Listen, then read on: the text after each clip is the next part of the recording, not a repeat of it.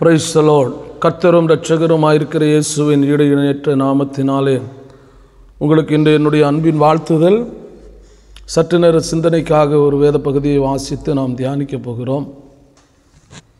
லூக்கா எழுதின சுவிசேஷம் 17வது அதிகாரம் அதனுடைய 24வது வசனத்தை நான் வாசித்து தியானிக்கலாம். கர்த்தர் நம்மை ஆசீர்வதிப்பாராக. மின்னல் வானத்தின் ஒரு திசையில் தோன்றி மறு திசை வரைக்கும் பிரகாசிக்கிறது போல மனுஷகுமாரனும் தம்முடைய நாளிலே தோன்றுவார் என்று இங்கே சொல்லப்பட்டிருக்கிறது. இந்த உலகத்தில் மின்னலை குறித்து ஆண்டவர் சொல்லியிருக்கிறாங்க. மின்னல் பூமியில் தோன்றுகிறது இல்லை.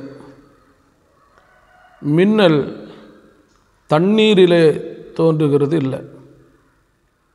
இங்கே மின்னல் எங்கே தோன்றுகிறது என்று அவர் சொல்லியிருக்கிறார். மின்னல் வானத்தின் ஒரு திசையில் தோன்றி, வானத்தில் இருக்கிறதான ஒரு திசையில் மின்னல் தோன்றுமா, அது இன்னொரு திசை வரைக்கும் அதனுடைய பிரகாசம் வெளிச்சம் உதிக்கிறது போல வீசுகிறது போல ஆண்டவர் சொல்கிறாங்க. இந்த மின்னல் வானத்தின் ஒரு திசையில் தோன்றி மறு திசை வரைக்கும் பிரகாசிக்கிறது போல மனுஷகுமாரன் தம்முடைய நாளிலே தோன்றுவார். கவனித்து பாருங்கள். மின்னலை எந்த ஒரு மனிதனாலையும் தடைப்படுத்த முடியாது. மின்னலை எந்த ஒரு மனிதனும் தடுக்க முடியாது. மின்னலினுடைய வெளிச்சம் இருளாய் இருந்தாலும் அந்த இருளை பிளந்து கொண்டு மின்னலின் வெளிச்சம் மனிதர்கள் பார்க்கக்கூடிய அளவுக்கு தோன்றும். மின்னல்களை எந்த ஒரு மனிதனும் பிடித்து நிறுத்த முடியாது. மின்னல் தோன்றுகிற திசையை நோக்கி, மின்னலே நில்லு, உன்னை நான் இன்றைக்கு தடுக்க வேண்டும் என்று சொல்லி எந்த மனிதனாலும் கூடாது. அப்போ இதே மாதிரி தான் இந்த ஆண்டவராகிய இயேசு கிறிஸ்து அவருடைய வல்லமையை, அவருடைய இரட்சிப்பை, அவர் யாரை மனம் திரும்ப வைக்க வேண்டும் என்று விரும்புகிறாரோ அந்த காரியங்களை இந்த உலகத்தில் இருக்கிற எந்த மனிதர்களும் தடைப்படுத்த முடியாது. ஒருவேளை மின்னலை தடைப்படுத்த வேண்டும் என்று நினைக்கிற உங்களுக்குத்தான் ஆபத்து நேரிடுமே ஒழிய மின்னலுக்கு ஒன்றும் சம்பவிக்கப் போகிறது இல்லை. இதே போலதான் ஆண்டவரும் அவரை தடுக்க வேண்டும் என்று நினைக்கிற, அல்லது ஆண்டவருடைய வளர்ச்சியை, அதாவது ஆண்டவரை ஆராதிக்கிறவருடைய வளர்ச்சியை தடைப்படுத்த வேண்டும் என்று நினைக்கிற மனிதர்களுக்கு தான் குழப்பங்களும் வேதனைகளும் வருமே ஒழிய அந்த தெய்வத்துக்கு, சர்வ வல்லமையுள்ள ஆண்டவருக்கு எந்த பிரச்சனைகளும் வரப்போகிறது இல்லை. பாருங்க, மின்னல் வானத்தின், பூமியில் அல்ல, வானத்தின் ஒரு முனையில். அப்போ சர்வ வல்லமையுள்ள தேவன் வானத்தில் இருக்கிறார். அவர் வானாதி வானங்கொள்ளா மகிமை நிறைந்த தெய்வம். பூமியில் இருக்கிற சாதாரணமான மனுஷன் மேலே வானத்தில் இருக்கிற தேவாதி தேவனை எதிர்க்க முடியாது. அந்த தேவாதி தேவனை எதிர்க்கிறவர்களுக்கு தான் குழப்பங்களும் பிரச்சனைகளும் வேதனைகளுமே வறுமை ஒழிய அந்த தெய்வத்துக்கு எந்த விதமான சேதங்களும் வராது. ஆண்டவரை எந்த மனிதனாலையும் சேதப்படுத்த முடியாது. அது எவ்வளவு பெரிய கோடீஸ்வரனாக இருந்தாலும், அது எவ்வளவு பெரிய ஞானிகளாக இருந்தாலும், விஞ்ஞானிகளாக இருந்தாலும் ஆண்டவரை சேதப்படுத்த முடியாது. அவர் சர்வ வல்லமையுள்ள தேவன். அவர் என்ன சொல்கிறாருன்னா, மின்னல் வானத்தின் ஒரு திசையில் தோன்றி, ஒரு பக்கம் தோன்றும், ஆனால் மறு திசை வரைக்கும் அதனுடைய அதிர்வுகள், அதனுடைய வெளிச்சம் இருக்கும். அதே போல தான் ஆண்டவராகிய இயேசு கிறிஸ்து அவருடைய வல்லமை எல்லா பகுதிகளுக்கும், எல்லா எல்லைகளுக்கும், எல்லா திசைகளுக்கும் பரவும். அது கிராமமாக இருக்கலாம், பட்டணமாக இருக்கலாம், நகரங்களாக இருக்கலாம், எவ்வளவு பெரிய சிட்டிகளாக இருந்தாலும் எல்லா இடங்களுக்கும் பரவும். எல்லா மனிதர்களும் அந்த மின்னலின் ஒளியை, வெளிச்சத்தை பார்ப்பார்கள். இதே மாதிரி தான் ஆண்டவரும் விரும்புகிறாங்க. எல்லா மனிதர்களும் உன்னதமான தெய்வத்தை, உயிருள்ள தெய்வத்தை, சர்வ வல்லமையுள்ள தெய்வத்தை அறிய வேண்டும் என்று ஆண்டவர் விரும்புகிறார். அருமையான கர்த்தருடைய பிள்ளையே, மின்னல் எங்கே குடியிருக்கிறது தெரியுமா?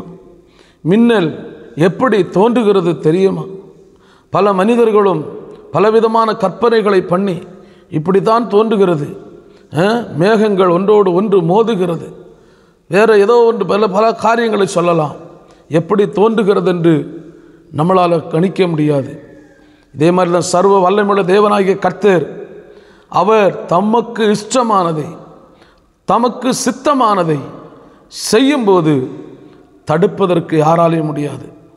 மின்னல் என்ன செய்ய வேண்டும் என்று நினைக்கிறதோ, எந்த இடத்துல விழ வேண்டும் என்று நினைக்கிறதோ, எதை அடிக்க வேண்டும் என்று நினைக்கிறதோ, எதை அழிக்க வேண்டும் என்று நினைக்கிறதோ, அதன் மேல் விழுந்து அழிக்கப்படுகிறது.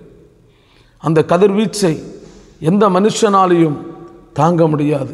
அதே போல தான் இது கடைசி காலமாக இருக்கிறதுனால அவருடைய வல்லமை 4 திசைகளிலும் பரவப்போகிறது.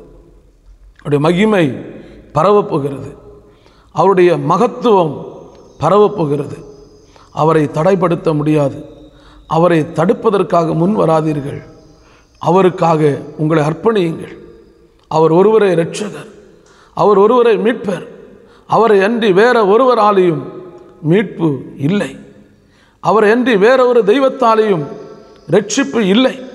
அந்த தேவாதி தேவன், சர்வ வல்லமையுள்ள தெய்வன், மரணத்தை ஜெயித்த தெய்வம், பாதாளத்தின் வல்லமைகளை மேற்கொண்ட தெய்வம் இன்றைக்கு மறுபடியும் உங்களுக்கு ஒரு அழைப்பை கொடுக்கிறார். மனம் திரும்புவீர்களா? மின்னல் எப்படி கிழக்கில் தோன்றி மேற்கு வரைக்கும், வடக்கில் தோன்றி தெற்கு வரைக்கும், அல்லது தெற்கில் தோன்றி வடக்கு வரைக்கும் எப்படி பிரகாசிக்கிறதோ, அதே மாதிரி கர்த்தருடைய மகிமை இந்த கடைசி காலங்களில் வெளிப்பட போகிறது. இதை விசுவாசிக்கிற நீங்கள், இதை நம்புகிற நீங்கள் அந்த தேவனுடைய மகிமையை காணப்போகிறீர்கள், அதை பார்க்க போகிறீர்கள். ஸ்தோத்திரம். இனிமேல் உள்ள எழுப்புதல் என்கிறது சடுதியாய், நினைத்து பார்க்காத நேரத்தில், நம்ம சிந்தித்து பார்க்காத நேரத்தில் அந்த எழுப்புதல் வரப்போகிறது. 4 திசைகளிலும் ஒரு எழுப்புதல் வரப்போகிறது. எழுப்புதலை தடுப்பதற்கு எந்த வல்லமையாலும், எந்த அதிகாரத்தாலும், எந்த சத்துருவாலும் முடியவே முடியாது. அந்த மின்னலை தடுக்க முடியாதது போல ஒரே செகண்டில், ஒரே நிமிஷத்தில் எழுப்புதலை கர்த்தர் கட்டளையிட முடியும். அருமையான கர்த்தருடைய பிள்ளைகளே, இன்றைக்கு அந்த மின்னல் வானத்தின் ஒரு திசையிலே தோன்றி ஸ்தோத்திரம் மறு திசை வரைக்கும் பிரகாசிக்கிறது போல மனுஷகுமாரனும் தம்முடைய நாளிலே தோன்றுவார். தம்முடைய நாள் வரப்போகிறது. இத்தனை காலங்கள் மனிதனுடைய ஸ்தோத்திர நாள் போல மனிதர்கள் தங்களுடைய சொந்த விருப்பத்தின்படி, சொந்த இஷ்டத்தின்படி வாழ்ந்து விட்டார்கள். எத்தனையோ மனிதர்கள் ஒரே ஒரு செகண்டில் கண்ணை மூடி திறக்கிறதுக்கு முன்னாடி தன்னுடைய ஜீவனை விட்டு விடுகிறார்கள். எத்தனையோ மனிதர்கள் ஒரே செகண்டில் ஒன்றுமில்லாமல் எல்லாம் தரைமட்டமாகி விடுகிறது. ஒரே ஒரு நிமிஷத்தில் எத்தனையோ மனிதர்களை ஒரே நிமிஷத்தில் ஆண்டவர் சந்தித்து ரட்சித்திருக்கிறார். அருமையான கர்த்தருடைய பிள்ளைகளே, அப்படிப்பட்ட காலங்கள் வெகு சீக்கிரமாக வருகிறது. தொலைவாக இருக்குன்னு நினைக்காதங்க. ரொம்ப சீக்கிரமாக ஆண்டவருடைய இந்த எழுப்புதலின் நாள், ஆண்டவர் அநேகரை சந்திக்கிற நாள், அநேக மனிதர்களை சந்திக்கிற நாள் வெகு சீக்கிரமாக இருக்கிறது. கர்த்தருடைய பிள்ளைகள் காத்திருங்கள், ஜெபியுங்கள். தேவனுடைய அந்த எழுப்புதலை, ஆண்டவர் கொண்டு வருகிற அந்த எழுப்புதலை காண ஆயத்தமாயிருங்கள். கர்த்தர் உங்களை ஆசீர்வதிப்பாராக. ஆமென். நல்ல தகப்பனே, நாங்கள் எங்களை அர்ப்பணிக்கிறோம். உம்முடைய எழுப்புதற்காக, உம்முடைய வல்லமை வெளிப்படுகிறதை பார்ப்பதற்காக எங்களை தாழ்த்தி ஒப்புக் கொடுக்கிறோம். இதை கேட்கிறவர்கள் ரட்சிக்கப்படட்டும், கேட்கிறவர்கள் மனம் திரும்பட்டும். உம்முடைய நாமத்தை மகிமைப்படுத்தும் எங்கள் நல்ல பிதாவே. ஆமென், ஆமென். கர்த்தர் உங்களை ஆசீர்வதிப்பாராக.